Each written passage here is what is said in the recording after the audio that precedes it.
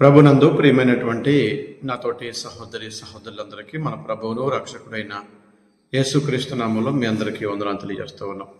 ప్రియులారా, మీతో కలిసి ప్రతిరోజు దేవుని యొక్క వాక్యాన్ని నేర్చుకునే అవకాశాన్ని దేవుడు నాకు ఇచ్చారు. అందుని బట్టి దేవునికి కృతజ్ఞతలు తెలియజేస్తూ ఉన్నాం. అలాగే ఈ యొక్క అనుదిన పరిచర్యలో మీరు కూడా పాలుభాగస్తులై దేవుని యొక్క దివ్యమైనటువంటి వాక్యాన్ని ప్రతిరోజు వింటూ ఆలకిస్తూ దేవుని యొక్క దీవెనలు పొందుకుంటున్నారని మేము సంతోషిస్తూ ఉన్నాం. ఈరోజు కూడా మనం కొద్ది నిమిషాలు దేవుని యొక్క వాక్యాన్ని మనం ధ్యానం చేద్దాం.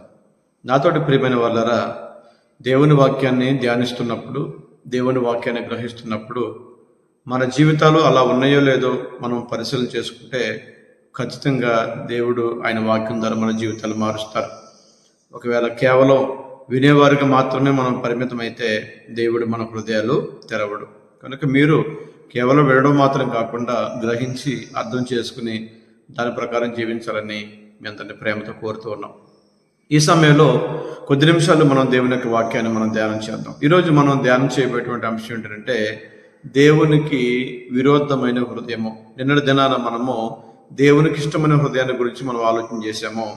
ఈరోజు దేవునికి విరోధమైనటువంటి హృదయం. ఎందుకు ఈ హృదయాన్ని గురించి మనం ఆలోచన చేయాలి, లేక మనసుని గురించి మనం ఆలోచన చేయాలి అని అంటే, దేవుడు హృదయ పరిశోధకుడు. దేవుడు మన హృదయంలో ఏముందో అన్నీ తెలుసుకుంటాడు ఆయన. రోమాపత్రిక 8వ అధ్యాయము 27వ వచనం కనుక మనం ఆలోచన చేసినట్లయితే, దేవుడు హృదయ పరిశోధకుడు అనే విషయాన్ని గ్రంథం మనకు తెలియజేస్తూ ఉంది. అలాగే 139వ కీర్తన 1వ వచనం దగ్గర నుంచి మనం ఆలోచన చేసినట్లయితే అక్కడ ఏమంటాడంటే, యెహోవా నీవు నన్ను పరిశోధించి తెలుసుకొనుచున్నావు. దేవుడట మన హృదయాన్ని మనల్ని పరిశోధించి తెలుసుకుంటున్నట. మనం కూర్చోవడం తెలుసట, మనం లేవడం తెలుసట, మనం మాట్లాడే తెలుసట. తలంపు మనకు పుట్టక మునిపే అది పూర్తిగా దేవునికి తెలుసట. తలంపు ఎక్కడ పుడుతుందండి? ఆలోచన పుట్టక మునిపే ఆలోచన పూర్తిగా దేవునికి తెలుసటండి. అలాంటప్పుడు మనం ఎంత జాగ్రత్తగా ఉండాలి. మన ఊహలు, మన ఆలోచనలు, మన సనుగులు, మన గొనుగులు, మన తిట్టులు, లేక మనం మాట్లాడేటువంటి దుర్భాష, ఇవన్నీ కూడా దేవుడు వింటున్నాడు, దేవుడు చూస్తున్నాడు, మన హృదయాన్ని తెలుసుకుంటున్నాడు అనే విషయాన్ని మర్చిపోవద్దు. నేను మాట్లాడేది ఎవరికి తెలియదు, నా హృదయంలో ఉన్నది ఎవరికి తెలియదు అనుకోవద్దు.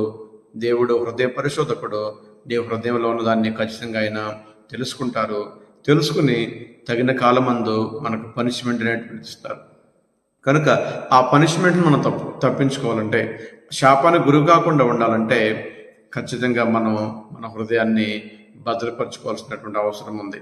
ఈరోజు మనము దేవునికి విరుద్ధమైనటువంటి హృదయము అనే దాని గురించి మనం ఆలోచించేద్దాం. దాంట్లో మొట్టమొదటి మనం చూసినట్లయితే దుష్ట హృదయము, దుష్ట ఆలోచనలు, దుష్ట తలంపులు, దుష్టులతో నడవడిక, ఇవన్నీ దేవునికి ఇష్టం ఉండదండి. కీర్తన గ్రంథం మనం చూసినట్లయితే, దుష్టుల ఆలోచన చొప్పున నడవక, పాపుల మార్గము నిలవక, దుష్టత్వం కలిగి దుష్ట స్వభావంతో ఎవరైతే ఉంటారో అలాంటి కీడు చేయాలని తలపెట్టేటువంటి వారు, లేకపోతే కీడు చేయాలని వారు పన్నాగాలు పన్నేటువంటి వారు ఎప్పుడు కూడా దుష్ట తలంపులతో ఉంటారు. కనుక అలాంటి వారిలాగా మనం ఉండకూడదు. హెబ్రీ పత్రిక 3వ అధ్యాయము 12వ వచనం మనం ఆలోచన చేసినట్లయితే, హెబ్రీ పత్రిక 3వ అధ్యాయము 12వ వచనాన్ని మనం చదువుకుందాం.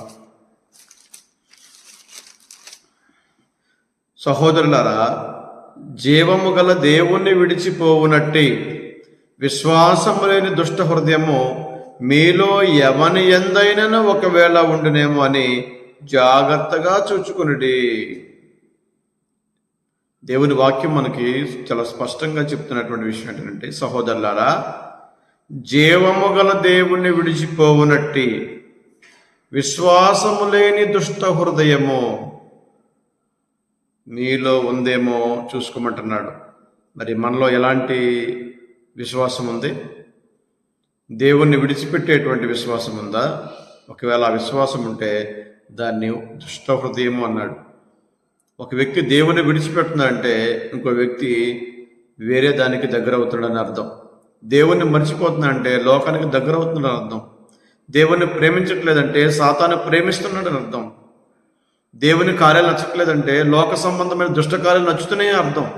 మరి అలాంటి హృదయం కలిగి ఉన్నట్లయితే ఖచ్చితంగా మనము తీర్పు పొందుకుంటాం. కనుక అలాంటి హృదయం మనం కలిగి ఉండకూడదు.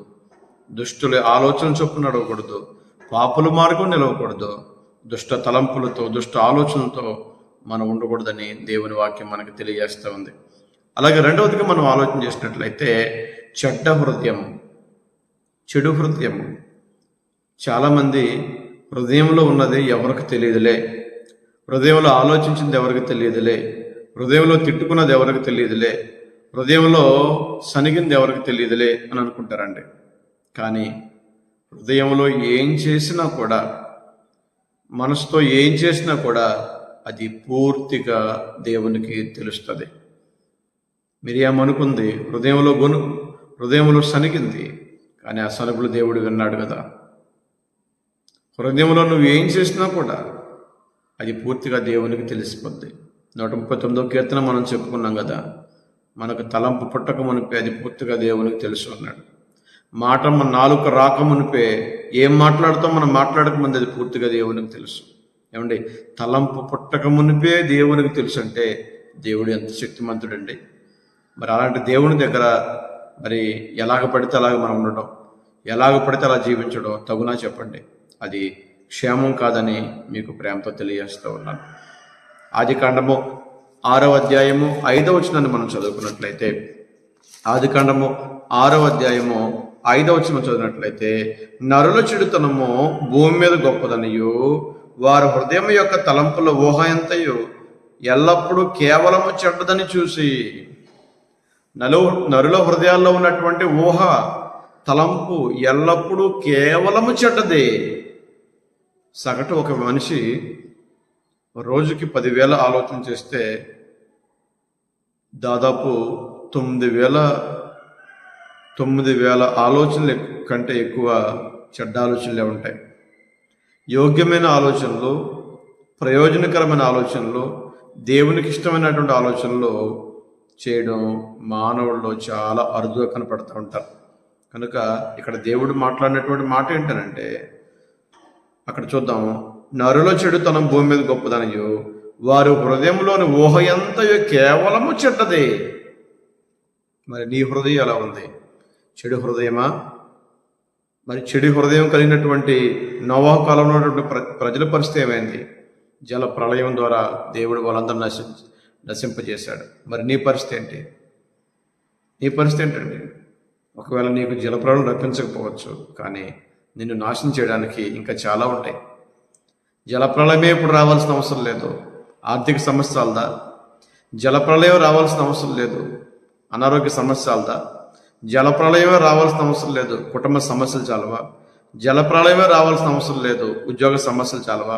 ఏదేమన్నప్పటికీ నీ హృదయము చెడ్డ హృదయం అయితే దేవుడు నిన్ను నాశనం చేస్తాడు. నీ హృదయము మంచి హృదయం అయితే దేవుడు నిన్ను బలపరుస్తాడు.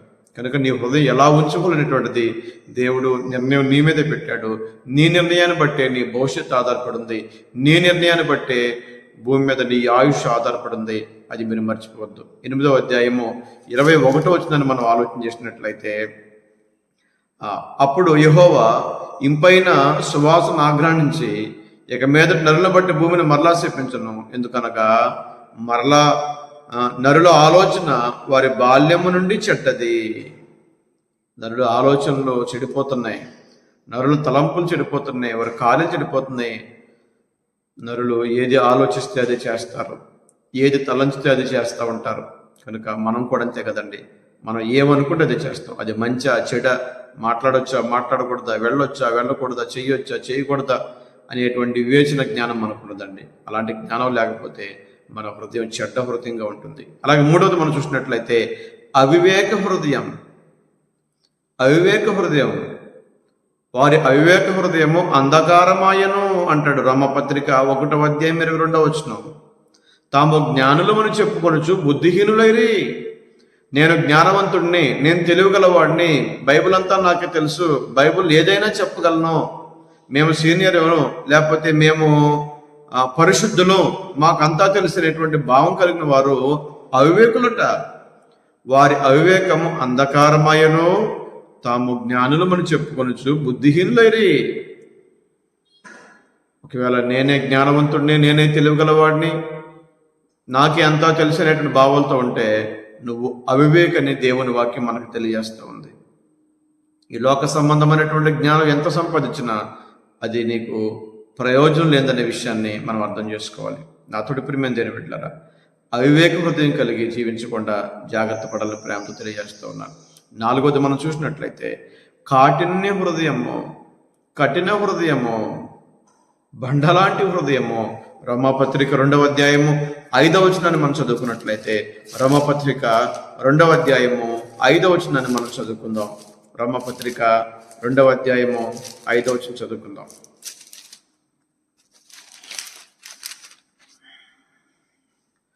నీ కాఠిన్యమును మార్పు పొందని నీ హృదయమును అనుసరించి. ఎవరైతే ఎన్ని బోధలు విన్నా, ఎన్ని ప్రసంగాలు విన్నా, ఎంతలాగా వాక్యం చెప్పినా మార్పు చెందని వారు ఎవరైతే ఉంటారో వాళ్ళు హృదయ కాఠిన్యము కలిగిన వారటండి. కఠినులట, అంతే అంటున్నాడు అక్కడ. నీ కాఠిన్యమును మార్పు పొందని నీ హృదయమును అనుసరించి ఉగ్రత దినమందు, అనగా దేవుని న్యాయమైన తీర్పు బయలుపరచబడు దినమందు నీకు నీవే ఉగ్రతను సమకూర్చుకుందువు. ఒకవేళ ఎంత చెప్పినా గనక నువ్వు మారకపోతే, ఎంత చెప్పినా కూడా నీ అలవాట్లు మార్చుకోకపోతే, ఎంత చెప్పినా కూడా నీ ఆలోచనలు, నీ తలంపులు మార్చుకోకపోతే, నీ హృదయాన్ని సరి చేసుకోకపోతే ఖచ్చితంగా ఉగ్రత దినమందు నీకు నీవే శిక్ష తెచ్చుకుంటావు, నీకు నీవే దేవుని ఉగ్రతను తెచ్చుకుంటావు అనే విషయాన్ని వాక్యం తెలియజేస్తూ ఉంది. అందుకనే మన హృదయాన్ని మనం ఎప్పుడు కూడా కంట్రోల్ చేసుకోవాలి. ఇర్మియా గ్రంథంలో అంటాడు కదా 16-17లో, హృదయము ఘోరమైన వ్యాధి గలదే, దాన్ని పరిశీలన చేయబడేవాడు అనేటువంటి మాట మనం చూస్తాం. కనుక నీ హృదయం నిన్ను నిందించేది, నీ హృదయం నిన్ను మోసపరిచేది, అలాంటి హృదయాన్ని నువ్వు ఎలా ఉంచుకునేటువంటిది దేవుడు నీకు నిర్ణయం వదిలేశాడు. నువ్వైతే దుష్ట హృదయంలాగా ఉండొద్దు, చెడ్డ హృదయంలాగా ఉండొద్దు, అవివేక హృదయంలాగా ఉండొద్దు, కాఠిన్యం కలిగిన హృదయంలాగా ఉండొద్దు. మరి ఎలా ఉండాలి? నిన్న దినాన్ని మనం ఆలోచన చేసాం. అలాగే 5వది మనం చూసినట్లయితే శరీరానుసారమైనటువంటి మనసు. రోమాపత్రిక 8వ అధ్యాయం 7వ వచనం. శరీరానుసారమైనటువంటి హృదయము, శరీరానుసారమైనటువంటి మనసు అది మరణము అంటాడు. కనుక ఆత్మీయ మరణం తెచ్చుకుంటారా? శరీరసారమైన మనసు కలిగి, శరీరసారమైన హృదయం కలిగి అలా వద్దండి. శరీరానుసారులు, ఆత్మానుసారులైనటువంటి జాబితా ఉందండి రోమాపత్రిక 8వ అధ్యాయంలో. అది మీరు చదవండి. శరీరానుసారులు ఎవరో, ఆత్మానుసారులు ఎవరో మీకు తెలుస్తుంది. కనుక మీరు ఆత్మానుసారులుగా ఉండాలని, శరీరానుసారులుగా ఉండకూడదని మీకు ప్రేమతో తెలియజేస్తూ ఉన్నాను. శరీరానుసారమైనటువంటి మనసు మరణము, ఆత్మానుసారమైన మనసు జీవము, సమాధానమై ఉంది అంటాడు.